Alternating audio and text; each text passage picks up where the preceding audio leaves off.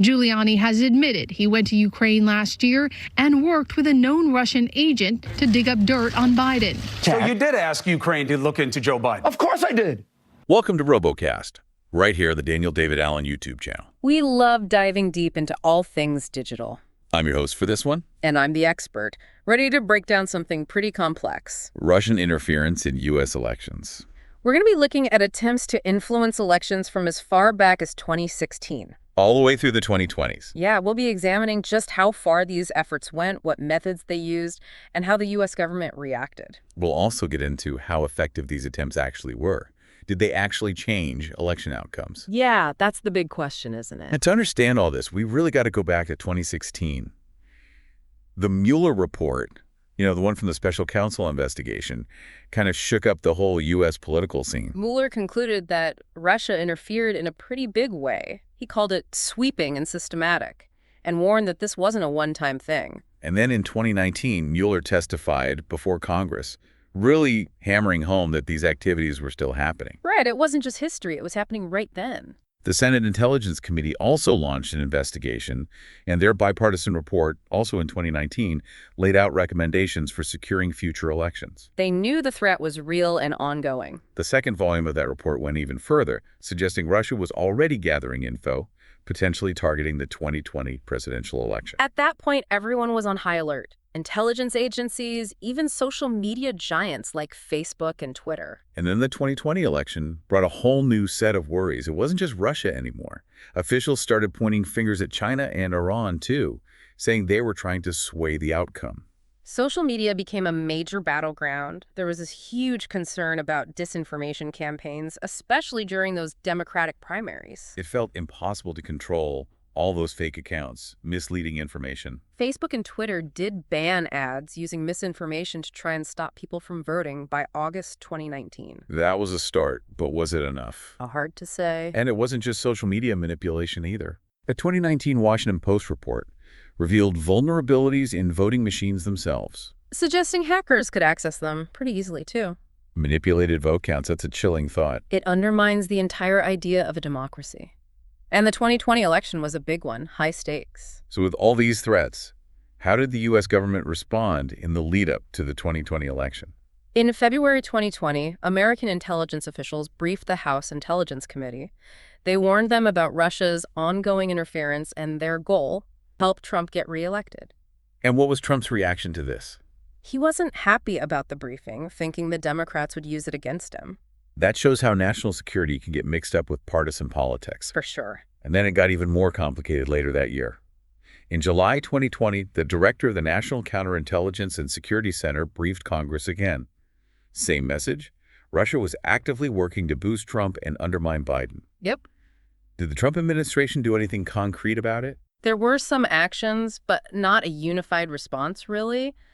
The U.S. Treasury Department went after Rudy Giuliani. Trump's personal attorney. Yeah, saying he was working with a known Russian agent to spread anti-Biden stuff. Giuliani was already a controversial figure, right? That whole Ukraine thing. The Treasury Department saw Giuliani's actions as part of a covert influence campaign to discredit U.S. officials during the election. So it wasn't just Giuliani. What else was setting off alarm bells? Concerns started growing that this whole thing went beyond social media, beyond cyber attacks, that it might be reaching into traditional media. Media manipulation? Yeah. Like what? Can you give an example? John Solomon, a journalist who contributed to Fox News, became a focus.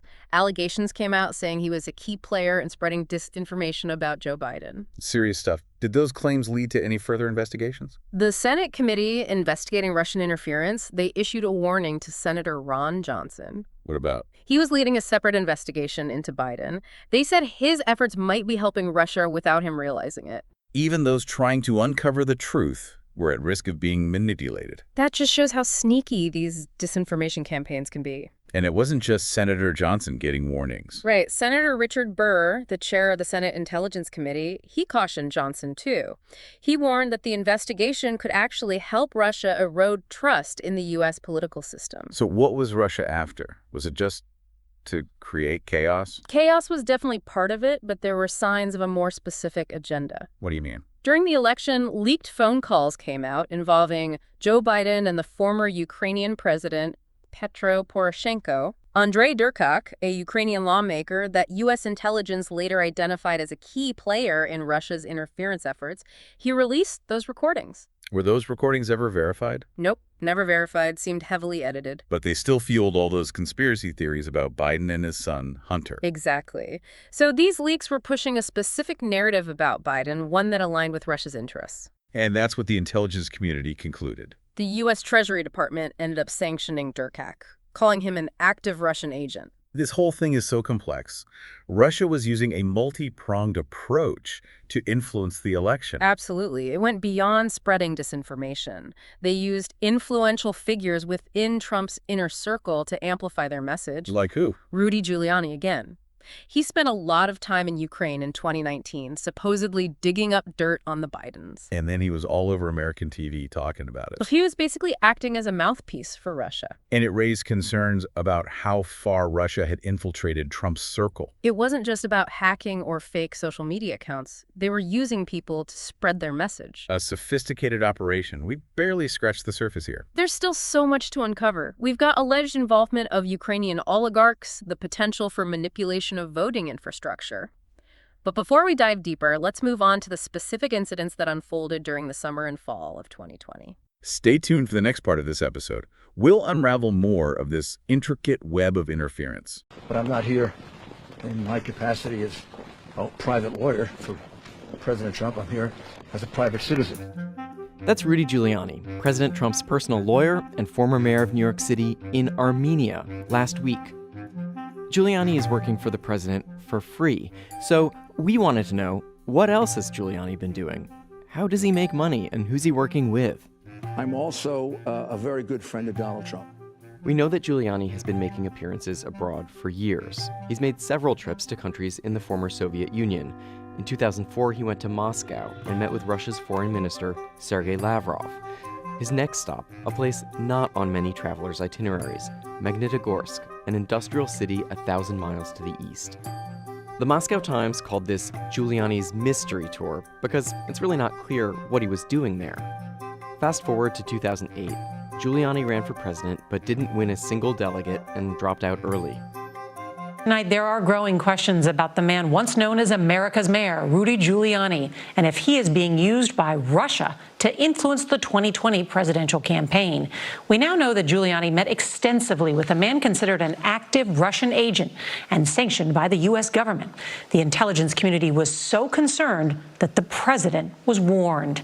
Here's CBS's Paula Reed. Yeah, it's Biden's son. It's Hunter.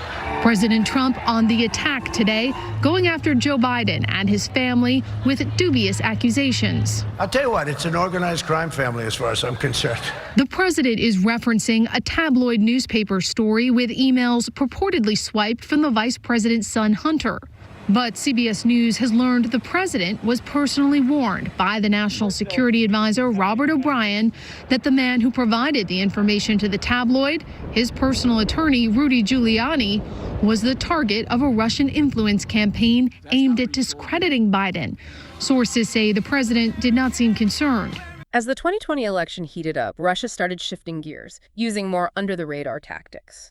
So less about hacking and more about playing on existing divisions. Right. They wanted to amplify those divisions and use them to their advantage. A good example is this website called Peace Data. Peace Data? That doesn't sound too threatening. It was anything but. Russia's Internet Research Agency, they set up Peace Data as a front to interfere with the election. They even tried to get American journalists to write articles criticizing Biden and Harris. Tried to get journalists to unknowingly spread propaganda. Exactly. It's called information laundering. They tried to disguise disinformation as legitimate news. Thankfully, Facebook and Twitter caught on to it and shut down the accounts. Good thing they did. It shows just how much effort Russia was putting into controlling the narrative. And their tactics weren't limited to social media and fake news. They also started playing on people's fears about the COVID-19 pandemic and how it would affect the election. The pandemic was a big source of anxiety, especially when it came to voting. And Russia capitalized on that. In September 2020, the Department of Homeland Security issued a warning. Russia was actively amplifying fears about postal voting and other safety measures. So they were using a real public health crisis to undermine trust in the election. Absolutely. And it didn't help that Trump himself kept making claims about mail-in voting leading to fraud, even though those claims were never substantiated. So his words actually played right into Russia's hands. That's a key takeaway. Foreign actors can use our own political divisions to sow discord. Biden's mental health also became a target.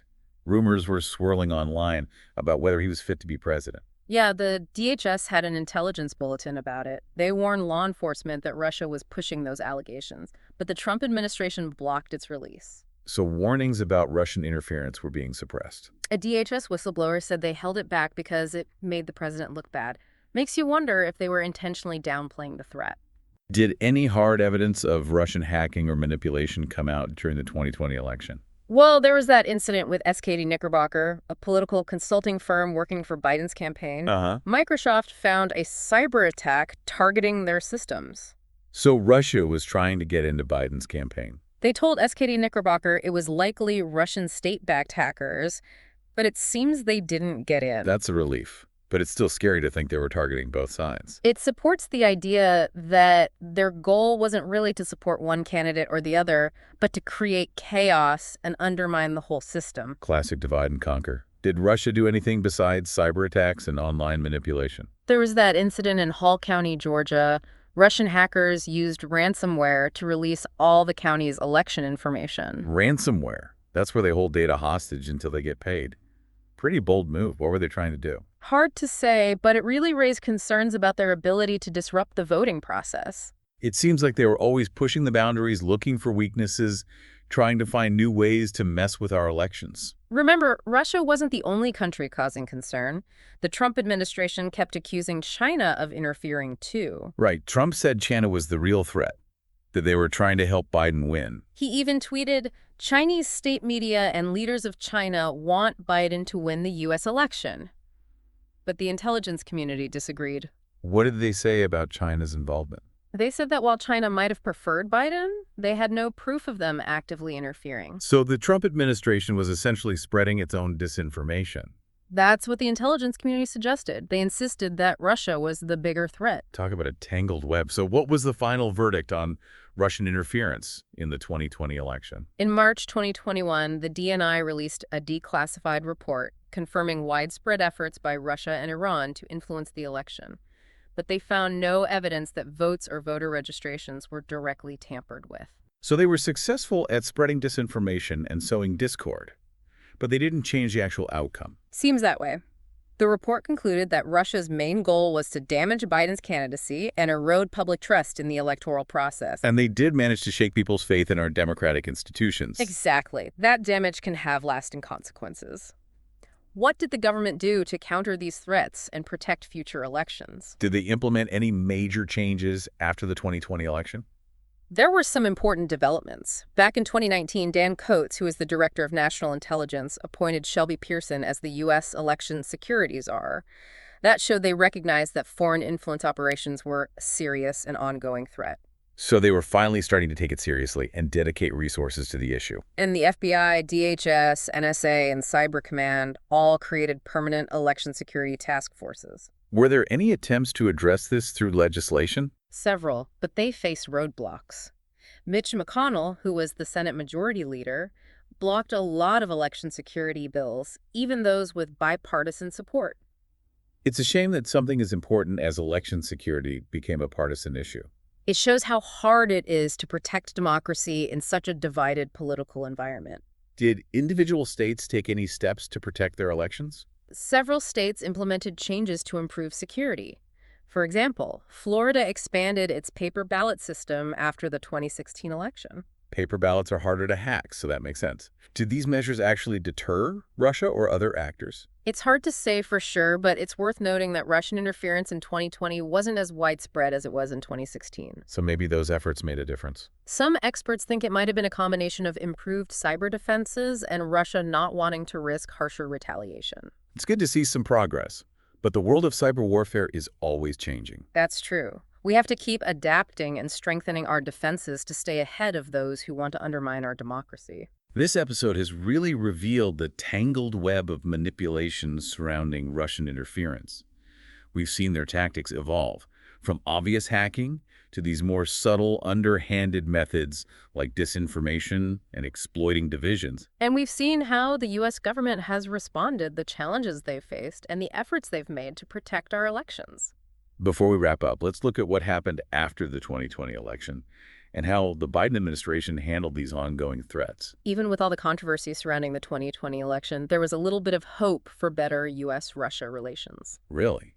You think Russia might have changed its tune? Well, in September 2020, Putin proposed a non-interference pact, where both countries agree not to meddle in each other's election. A non-interference pact. That's surprising after everything that happened. The U.S. didn't outright reject it, but they were definitely cautious, given Russia's track record. And things are still tense, especially with Trump continuing to challenge the election results. Yeah, all those lawsuits and challenges created so much uncertainty. And even after the D&I report confirmed Russia's interference, some people still argued that it didn't tell the whole story. The controversy carried right into the Biden administration. So how did Biden handle this ongoing threat? He took action pretty quickly. In April 2021, his administration expelled 10 Russian diplomats and slapped sanctions on 6 Russian companies involved in cyber activities. Wow, that's a strong response. What exactly triggered that? It was a direct response to the D&I report, which confirmed that Russia had interfered in the election and was also behind that huge data breach that hit U.S. government agencies. A clear message that the U.S. wasn't going to tolerate that kind of behavior anymore. Did those sanctions have any effect on Russia? Hard to say for sure, but they definitely sent a signal that there would be consequences, and investigations didn't stop there. Were there any other revelations about Russian interference? In May 2021, the New York Times reported that federal investigators were looking into potential efforts by Ukrainian officials to spread those unsubstantiated claims about Biden during the election. Hold on. Ukrainian officials were involved too. That's what investigators were trying to find out. They were looking into whether those Ukrainians used Rudy Giuliani to push their allegations. Giuliani was already under scrutiny for his dealings in Ukraine. This just makes his role in all of this even more complicated. His involvement is definitely a point of contention, but it's clear that he played a big part in amplifying those anti-Biden narratives. This episode has really shed light on just how complex foreign interference in U.S. elections can be. We've seen how Russia's tactics have evolved, from blatant hacking to these more subtle, underhanded methods like disinformation and exploiting existing divisions. It's a stark reminder that protecting our democracy is an ongoing challenge. We can't let our guard down. We need to be proactive, strengthen our defenses, promote media literacy, and hold our elected officials accountable when they spread misinformation. Absolutely. Protecting our democracy is a responsibility we all share. We need to stay informed, engaged, and vigilant. As we head into future elections, we need to be ready for even more sophisticated and insidious forms of interference. This is a fight that requires a commitment to truth, transparency, and the preservation of our democratic values. And if you found this deep dive insightful and want to learn more about the digital world, be sure to subscribe to the Daniel David Allen YouTube channel. We'll see you next time. Do you have any regrets about what you did in Arizona after the election? Oh, my goodness, no. Why not? I'm very, very proud of it. Proud of it? Proud of trying to overturn the vote? That's your words. Your answer was heck no. Why not? Because there was a substantial amount of vote fraud that went on here. That was covered up. Probably one of the biggest conspiracies in American history. Just like Russian collusion was a hoax. This election was a hoax. It's been 3 years. We haven't found anything, haven't seen anything. Many people have tried. Where's the evidence the election was stolen, sir? For all honest people, you can see it. For people who are operating under a kind of democratic brainwashing and fraud, you refuse to see it. It's the crime of the century, as it's been called. Where's the evidence? The evidence is abundant. It's a tremendous amount of evidence.